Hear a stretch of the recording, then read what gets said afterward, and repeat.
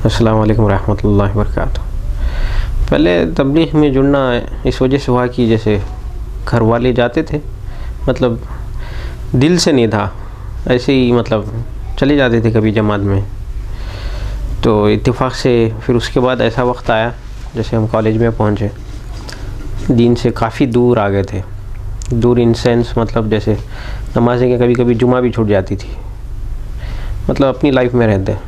तो एक बेचारे अल्लाह उन्हें जज़ाए खैर दे, एक हमारे महल्ले के साथी जो जाहिद भाई थे, वो रेलवे के एम्प्लॉय थे।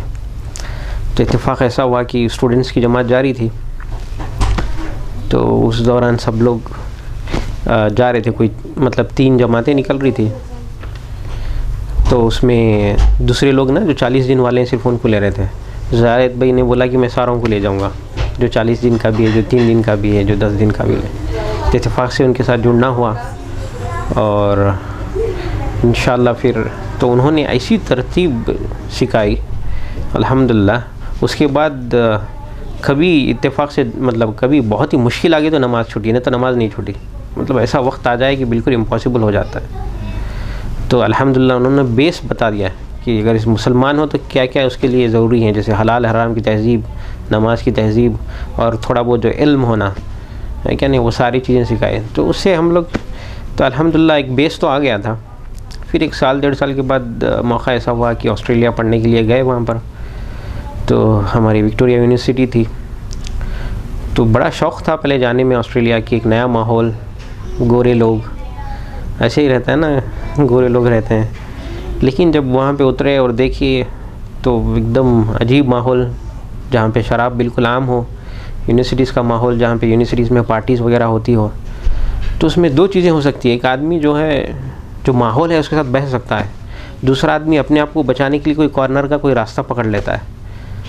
तो बेहतर रास्ता यही था, जैसे यूनिवर्सिटीज़ में भी कई सारे मुस्लिम्स के हुआ करते थे, लेकिन जो बेस, जो ग्रास रूट्स पे जो काम करता है, मुझे वो लगा कि तबलीगी है वो। तो उनके साथ जब भी यूनिवर्सिटी में भी थे हमारे कई सारे लोग, एक आफ्ताब साहब थे, बेचारे पाकिस्तान से ताल्लुक़ रखते थे, और हमारे कलाम साहब हैं, वो इंडिया से ताल्लुक़ रखते हैं। तो जब ये साहब लोगों से मुलाकात हुई, फिर वहाँ पे कोबर्ग वगैरह इलाके में है, सॉरी ब्रंसविक के आगे एक मरकज़ है, जो शेख मोहतद वहाँ के इजिप्ट के इंचार्ज हैं उस वहाँ पे। तो अल्हम्दुलिल्लाह जब वहाँ पे जुड़े हम लोग, तो मतलब जब माहौल में आते तो माहौल का असर तो बहुत ही स्ट्रॉन्ग रहता। फिर उसके बाद जैसे हम लोग वीकली जब मरकज़ वगैरह जाते तो ऊपर से अपने आप को रिचार्ज कर लेते, फिर इंशाल्लाह हलाल हराम की तहज़ीब महसूस होती।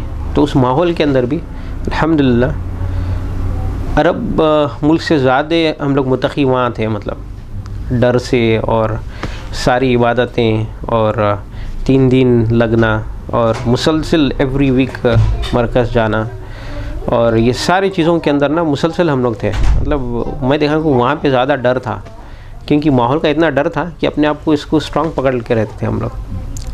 फिर इसके बाद दुबई आना हुआ, लेकिन दुबई में वो बात नहीं रही जो ऑस्ट्रेलिया में बात थी। तो वहाँ पे अल्हम्दुलिल्लाह मेरा एक ही लगा छिल्ला, 40 दिन लगने का मौका मिला, अल्लाह ताला ने कबूल किया।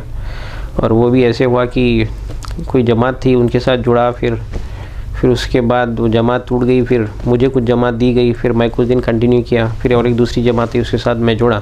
मतलब मुसलसल एक जमात के साथ जुड़ने का मौका नहीं मिला मुझे अल्हम्दुलिल्लाह। तो उस वक्त मेरा जहन बना था कि इस काम को सीखने के लिए 40 दिन बल्कि 4 महीने नहीं, कि अव्वलीन लाइफ के अंदर मिनिमम 6 मंथ्स का रिक्वायरमेंट तो होना चाहिए इसका। और ये थ्रू आउट द लाइफ का काम है ना, ये ऐसे नहीं कि 1 दिन या 2 दिन, थ्रू आउट द, मतलब इंसान बेस को समझ जाए क्या चाहा जा रहा है ना उसे, कि हर वक्त उसे दावत की जो अहमियत है उसे पता चले। ये तो 24 आवर्स होना चाहिए, चाहे बीवी हो, चाहे बच्चे हो, चाहे नया आदमी हो या पुराना हो या ऑफिस में हो, एटलीस्ट दिल के अंदर सोच रहे। नौजवानों को नसीहत तो मैं ये दूंगा कि अपने अव्वलीन फुर्सत के अंदर ना, जैसे जो लाइफ एक रहता है, हम लोग काम इसलिए करते हैं कि जाना है हमको, थोड़ा वक्त दीन पे निकालना है। लेकिन जो इंसान इस चीज़ को समझ जाता है कि उसका दीन का, उसका ज़िंदगी का मकसद क्या है, वो मकसद से अगर वो 3 दिन भी लगा लेता है ना, वो मकसद से अगर 10 दिन भी लगा लेता है, वो ज़्यादा असर होते हैं। तो मैं ये कहना चाह रहा था कि जो जैसे जो सहाबा की ज़िंदगी थी, उनका दीन मकसद हुआ करता था। हालांकि वो लोग भी फ़ॉरेन ट्रैवल्स करे, सहाबा लोग जाके बिज़नेस चाइना में भी किए। मतलब आज जो बिज़नेस की स्किल्स नज़र आते हैं, उन्होंने जैसे चाइनीज़ लैंग्वेज नहीं आती थी, कई सारे सहाबा यूरोप में भी गए, सारे बिज़नेस किए वो लोगों ने, इंपोर्ट एक्सपोर्ट किए, सारे अपने बिज़नेस किए। लेकिन उन्होंने दीन को मकसद बनाया और बिज़नेस को एडजस्ट किया। मतलब दुनिया की जो ज़रूरत है उसको उन्होंने एडजस्ट किया। हम लोग क्या कर रहे हैं कि दीन को एडजस्ट कर रहे हैं, और हमारा जो मकसद है जैसे दुनिया पाने के लिए, उसको हम लोग प्रायोरिटी लेवल पर रख रहे हैं। तो हमारी प्रायोरिटी ये हो कि दीन होना, और इंशाल्लाह अल्लाह ताला खुद ब खुद कुछ ना कुछ दुनिया के रास्ते बनाएंगे। मेरा एक बार कुछ वक्त लगा था, कोई जमात आई थी, एक पठान लोगों की जमात थी, उनके साथ वक्त लगाने का हुआ। वो लोग विक्टोरिया जो स्टेट है वहाँ पे पैदल जमात थी, वहाँ पे काम कर रही थी। तो हम लोग जब तो पैदल जमात ऐसी पैदल जा रही थी, बेचारे ज़िक्र और फ़िक्र में थे, तो उनके साथ मेरा जुड़ने का मौका मिला। तो मैंने देखा कि वो जो फ़िक्र के साथ जा रहे थे, तो कई सारे लोग रास्ते में रुकते और उनसे पूछते कि कहाँ जा रहे हैं हम आपकी हेल्प कर दें। फिर वक्त ऐसे भी आया कि बीच में पुलिस वाले आए, फिर वो बोले कि कहाँ जा रहे हो हम लोग, तो बोले कि ऐसे आगे जा रहे हैं हम लोग विक्टोरिया, कोई स्टेट, कोई भूल गया मैं, कोई गांव का नाम था। फिर उन्होंने बोला अच्छा ठीक है, आप फ़िलहाल बैठ जाओ इधर, ये रास्ता बड़ा दूर है। फिर पुलिस वालों ने हमारी हेल्प की, फिर वहाँ पर वो लोग लेके गए। तो वहाँ पे इत्तेफाक से मस्जिद भी नहीं थी, तो वहाँ पे एक चर्च था। तो जब उस चर्च का जो पादरी ने देखा, फिर उसने बोला कि यहाँ मस्जिद नहीं है, आप लोग एक काम करो, इस चर्च के अंदर आराम कर लो, और अगर नमाज़ वगैरह कुछ पढ़ना हो आपको तो मैं उसके लिए ये कर लेता हूँ। मतलब दीन के रास्ते में निकलते हैं तो इंशाल्लाह अल्लाह ताला की ऐसी मदद आती है कि हम लोग तसव्वुर भी नहीं कर सकते। और एक ऑस्ट्रेलिया में ये देखना हुआ कि बहुत बड़ा तबका ऑस्ट्रेलिया का है जो जिनके एंसेस्टर्स अफ़गानीज़ हैं, अफ़गानिस्तान से बड़ी पैमाने पे लोग आए। स्पेशली उनको रेलवेज़ ट्रैक्स डालने के लिए 18वीं सेंचुरी में बुलाया गया था। तो वो जब अफ़गानीज़ वहाँ के ऑस्ट्रेलिया में बस गए, फिर बसने के बाद फिर उनकी औलादें वहीं से शुरू हुई। तो कई सारे नाम ऐसे निकलते हैं जैसे मैथ्यू खान। फिर जब उनसे पूछा जाता है कि खान कैसे आया, तो मेरे परदादा, my grandfather's name sir name is Khan, ऐसे बोलते हैं लोग। तो कई सारी नस्ल हट गई है। तो एक बड़ा एक अजीब सा देखना हुआ, लेकिन मेहनत चल रही है उन लोगों को वापस लाने के लिए। अभी हम जितना वक्त और अपना दे रहे हैं ना जामा दावत के काम को, मेरे ख्याल से बहुत ही कम दे रहे हैं। जितना ज़रूरत है और जितना रिक्वायरमेंट है, आई थिंक हम लोग 1% भी नहीं दे सक रहे। तो इंशाल्लाह फुर्सत ये होगी कि, तो पहली तो मेरी ख्वाहिश ये है कि मैं इंशाल्लाह अवलीन अपने इसके अंदर एक कम से कम 4 मंथ्स का वक्त निकालूँ। इंशाल्लाह अल्लाह से दुआ कर रहा हूँ, और दिल के अंदर इस बात को डाल लेना कि ये जो दावत है ये हर वक्त के लिए है, हर टाइम के लिए है। ये हमारी सोच और खून में आ जाए ना इंशाल्लाह। तो जहाँ भी मिलो किसी भी, तो कुछ ना कुछ उधर अल्लाह की बात करे और दीन की बात करे।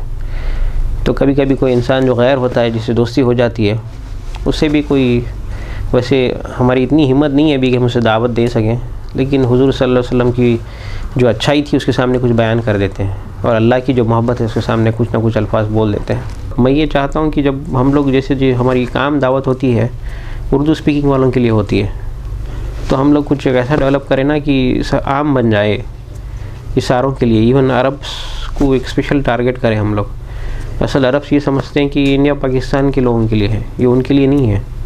ऑलमोस्ट 70-80% अरब्स तो यही सोचते हैं। तो हमको ऐसे करना चाहिए कि इनको भी फोकस करना चाहिए ना। मेरी ख्वाहिश ये है कि मैं अरबिक लैंग्वेज सीखूँ ना, इनसे बात करें, इनको दावत भी दी जाए, कुछ ना कुछ हम लोग की जाए, क्योंकि अरब लैंग्वेज ही असल हमको ये सीखना ज़रूरी है। जैसे हमारा ताल्लुक़ बड़ा स्ट्रॉन्ग है इससे, तो इनमें फिर दावत दी जा सकती, क्योंकि हम जब तक हम अरबिक लैंग्वेज के अंदर ये नहीं होते, वैसे इरादा है ये, और वैसे अगर ना भी हो तो जो भी नॉन अरब जितने भी अरब्स हैं उन सबको मतलब मोटी मोटी चीज़ों की दावत दें, ज़्यादा डीप में जाने की कोशिश ना करें। पहले मैं नाहदा साइड में रहता था, वहाँ पे तो हमारे पास 3 मशूरे होते थे ना, मतलब 3 हल्के हुआ करते थे मशूरे के, जिसके अंदर एक रशियन थे बहुत सारे, तो वहाँ पे इंग्लिश बोला जाता था, रशियन एंड श्रीलंकन्स, और एक मशूरा जो है अरबियों का होता था, और तीसरा मशूरा जो है अपने उर्दू स्पीकिंग वालों के लिए होता था। तो उधर देखा हूँ मैं बहुत एक्टिव हैं वो लोग अल्हम्दुलिल्लाह। तो उनकी कभी कभी उनकी जमात में तकरीबन 8-10 अरब रहते हैं, 1-2 हम इंडियन पाकिस्तानी जुड़ जाते हैं।